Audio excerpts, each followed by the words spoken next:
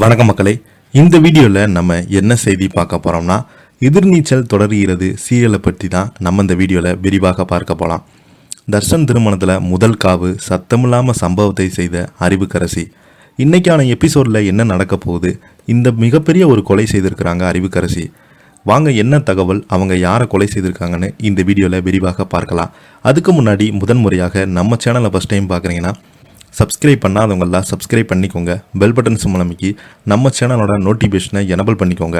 நாங்கள் போடுற வீடியோ எல்லாமே உங்களுக்கு உடனுக்குடனே வந்து சேரும். வாங்க என்ன தகவல்னு இந்த வீடியோவில் விரிவாக பார்க்கலாம்.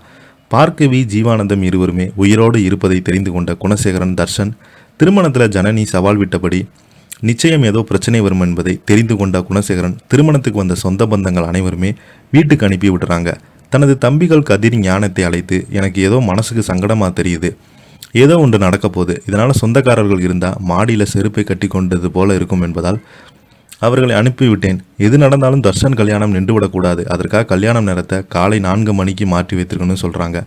இதை கேட்டு கோவப்பட்ட கதிர், யாருக்காகவோ பயந்து நம் ஏன் நேரத்தை மாற்றணும், நீங்கள் தான் தர்ஷன் கல்யாணம் சொந்தத்தைப்படி கூட்டி நடக்க வேணும்னு ஆசைப்பட்டீங்களே, இப்படி சொன்னால் என்ன அர்த்தம் என்று கேட்குறாங்க. உடனே குணசேகரன், டே விவகாரம் எதுவும் பேசாதரா, நினச்சபடி கல்யாணம் நடக்கணும், அது 9 மணிக்கு நடந்தா என்ன, 4 மணிக்கு நடந்தா என்ன, இங்கே நடக்கிறது எதுவுமே சரியில்லை, அதனால் காலையில் பிரம்ம முகூர்த்தம் கல்யாணம் நடக்கணும், அதுக்கு ஏற்பாடுகளை செய்யுங்கன்னு காலை 3 மணிக்கு ஐயர் வந்துடுவார். அவர் மண்டபத்திற்கு வந்ததுமே பொண்ணு மாப்பிள்ளை தயாராக இருக்கணும், அதற்காக எல்லாருமே தயாராக இருங்கன்னு சொல்கிறாங்க. உடனே பார்த்தீங்கன்னா குணசேகரன் பேசி கொண்டிருந்ததை மாடியிலிருந்து சக்தி, ரேணுகா, நந்தினி அனைவருமே கேட்டுறாங்க.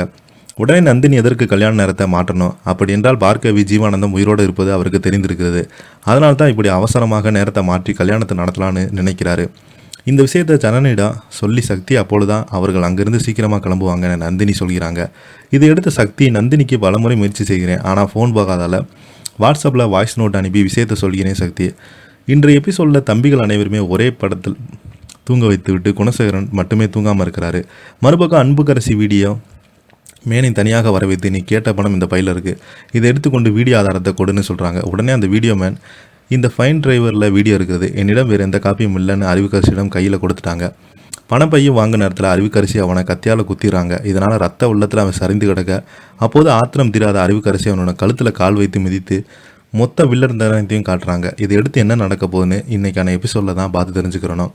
இதை பற்றி நீங்கள் என்ன கீழே உள்ள கமெண்ட் பாக்ஸில் மறக்காமல் பதிவிடுங்க. இந்த வீடியோ உங்களுக்கு பிடிச்சிருந்தால் லைக் பண்ணுங்கள், ஷேர் பண்ணுங்கள், கமெண்ட் பண்ணுங்கள். அப்போ தான் நாங்கள் போடுற வீடியோ எல்லாமே உங்களுக்கு உடனுக்குடனே வந்து சேரும். நன்றி, வணக்கம்.